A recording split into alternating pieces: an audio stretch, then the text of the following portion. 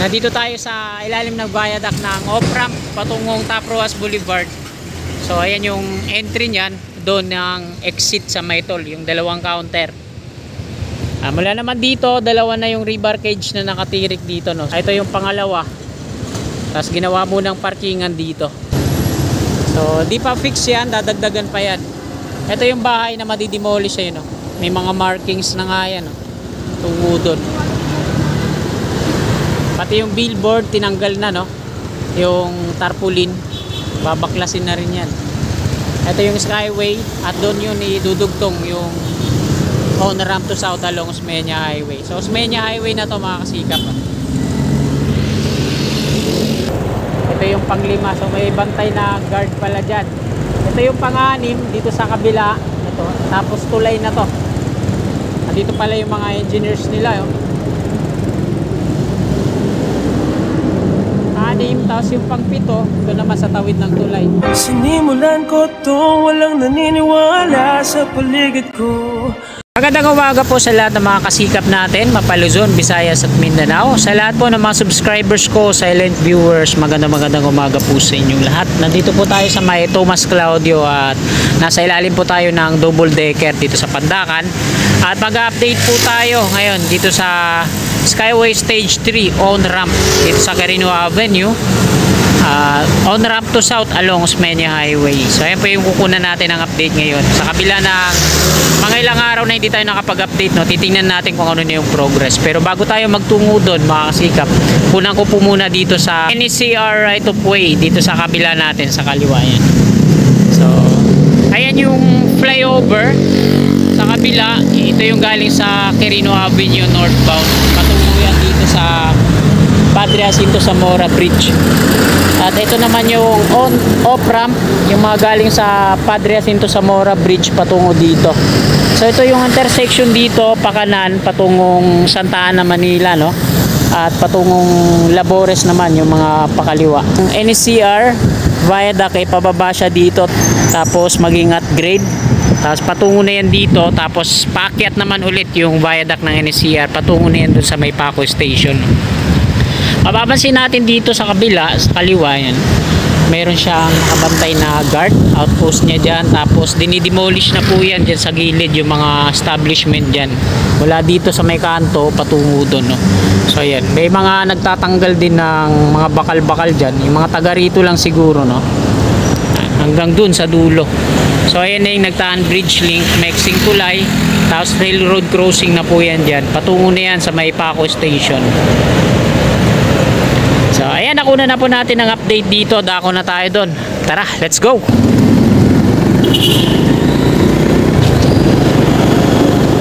Ito na po yung nagtaan bridge link. At tingnan natin, oh, yung bahay dyan sa kaliwa, giba na, no? So wala pa tayong nakikitang mga company mismo kagaya ng Verdax Printers na nag-demolish dyan. Ang mga nagigiba po dyan yung mga street wheelers dito, tapos yung mga nakatira dito kasi kinukuha nila yung bakal. So ito yung mga establishment dito sa ilalim ng flyover, washout po yan, lalo na yung police station na yan. Pakanan, Labores Street po yan, dito dumadaan yung mga jeepney. At ito yung on ramp ng flyover, patungo yan doon sa Padre Jacinto Zamora Bridge na nanggagaling dito sa Quirino Avenue northbound. Tatawid tayo dito sa may Plaza Azul.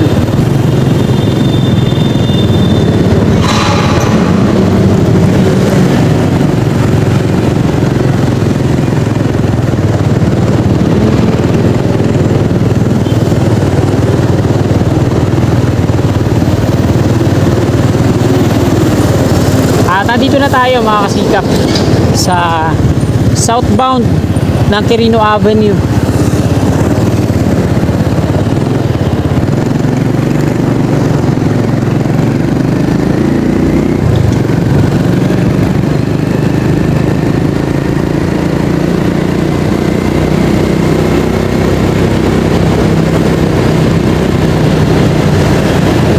At ito yung on ramp ng Skyway Stage 3 patungong Naiya, Alabang at Calamba. Yan, dyan sa kaliwa natin.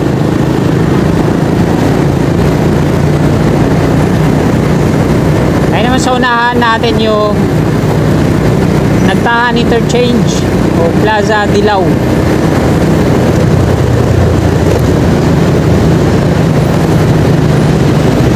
At kakanan muna tayo dito. Silipin natin yung off-ramp to UN Avenue. Ito yung sa taas natin. Off-ramp po yan galing NLEX. At patungo yan dito sa UN. Tingnan natin kung may progress na. So, meron na yung mga street lamp pole sa taas. Yan.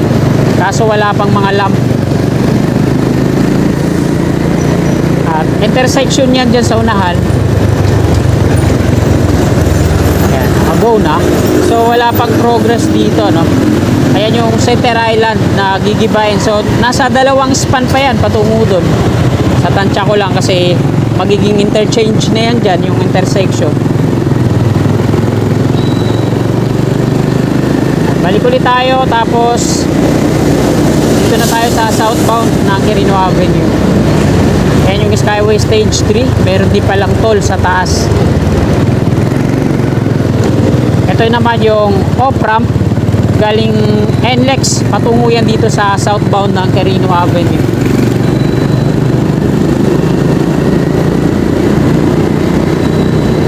At nakabalik na po tayo dito sa Quirino Avenue southbound. Ayun po yung Paco Station sa kabilang kalsada. Kita ko na yung ano niya, no? Yung bubong ng stasyon.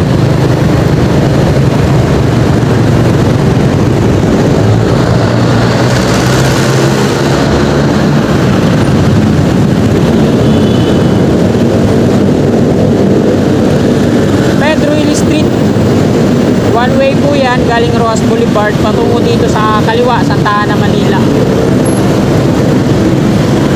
Quirino Interchange na po sa unahan. So dyan po yung construction. Yung sa kaliwa, ayan yung barracks ng Bauer. Sila po yung nagdi-drill dyan para sa mga tinitirik na rebar cage na magiging pier ng on-ramp to south Quirino Interchange. So ito po yung itsura niya dito, no? At diretso po muna tayo dito sa on-ramp, off-ramp patungong Roas Boulevard.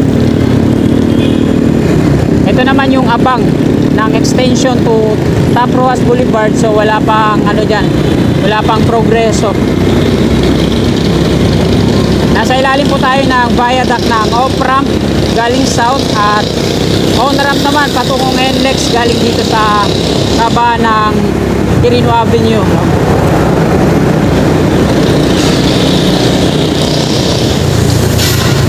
Nagki-clearing po dito ang DPS. Tinatanggal nila yung mga basura dito sa gilid-gilid.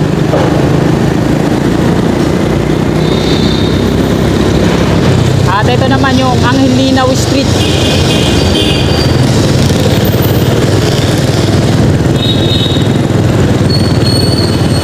Ito yung rampa. May nakatabay na dyan na kababayan natin. Binakuran po ito dito para di pa mahayan ng mga dwellers. Malinis naman yung ilalim, hindi kagaya ng dati na ginawang dugyot yan dyan. Nung open pa dito, wala pang bakod.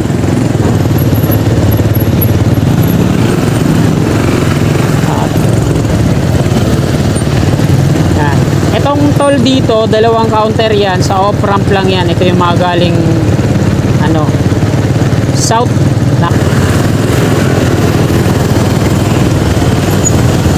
Ito yan mga kasika po. Bali may dalawang counter siya dyan.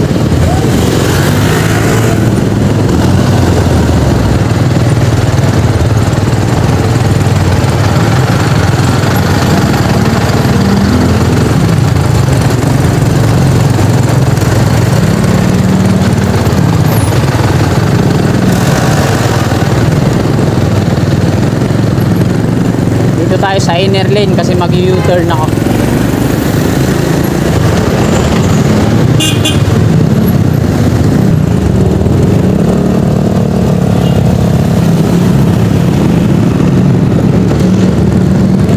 Dito na tayo ulit sa eastbound na Quirino Avenue. Ito po ulit yung toll galing southbound na patungo dito sa Top Roas Boulevard. Ito naman yung on-ramp patungong NLEX.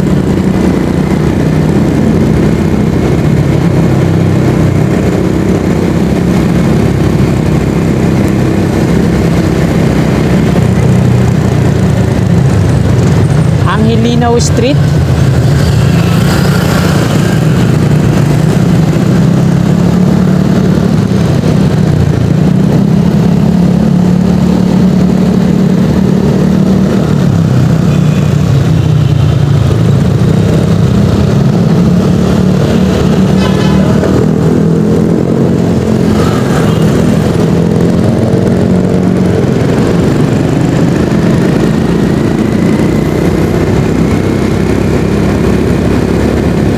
Kakanan na po tayo dyan sa unahan, interchange, Quirino Interchange. Ayan, sa kanan natin, ito yung on ramp to south along Osmeña Highway. So nagsasangayan, isang pa NLEX at isang pa south. So mula dito, yan yung construction ng Bauer, sila yung nagdi-drill dito para sa mga pier.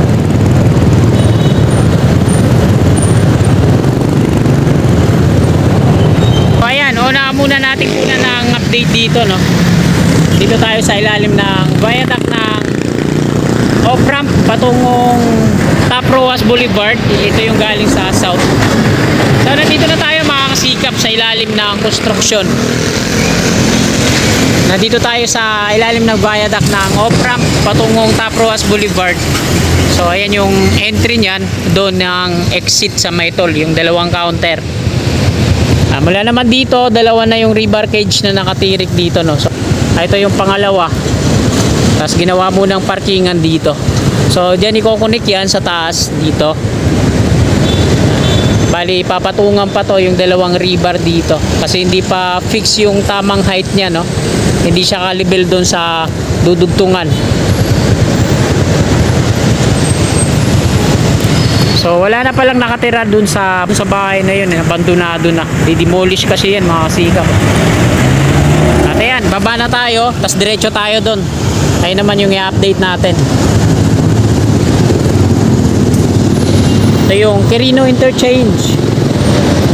On ramp po yan, no, patawid dun. Ayan yung barracks ng Bauer. So meron silang tatlong bentonite container tanks dun, no. Ayan yung toll naman sa kabila. Dalawa kasi off-ramp dyan, yung galing south. Apat yung counter dun sa kabila. So mula doon, dalawa. Ito yung pangatlo, pangapat, panglima. Tapos nandoon na yung Bauer dun sa dulo, nagdi-drill. So tingnan natin kung nakapag-tirik na sila doon. So, di pa fix yan, dadagdagan pa yan. Ito yung bahay na madidemolish ayun, no? May mga markings na nga yan, no? Tungo doon. Pati yung billboard, tinanggal na, no? Yung tarpaulin, babaklasin na rin yan. Ito yung skyway, at doon yun idudugtong yung on ramp to south along Osmeña Highway. So, Osmeña Highway na to, mga kasikap.